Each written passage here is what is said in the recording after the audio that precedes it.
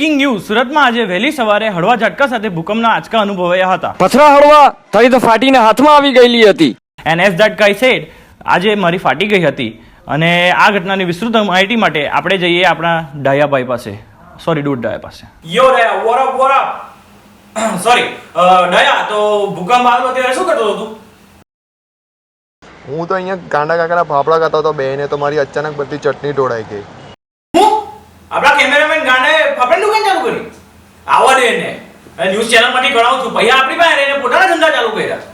ના આવવા દે ને. ના કેમેરો પકડજો, કેમેરો પકડ. અરે જાસ્યા, મારી વાત નથી કરતો, સ્ટેશન વાળા ગાંડા કાકાની વાત કરે છે. તું તો આ ધંધામાં ધ્યાન આપ નહીં જાની માની.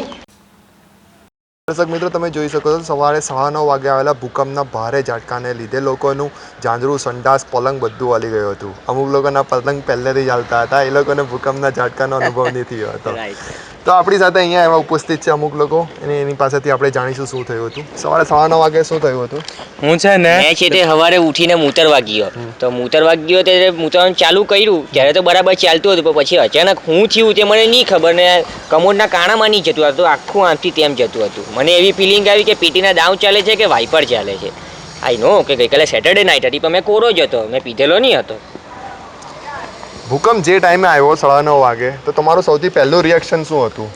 જેવો લાગ્યો છે તે પછી પેન્ટ ચડાવતા દોડ્યો, ચેન બી મની મારીને ફ્લશ બી નહીં કર્યું, ડાયરેક્ટ નીચે કૂદતો આવી ગયો. So you want to say that you came down all the way from the 9th floor without any kind of lift or staircase, right?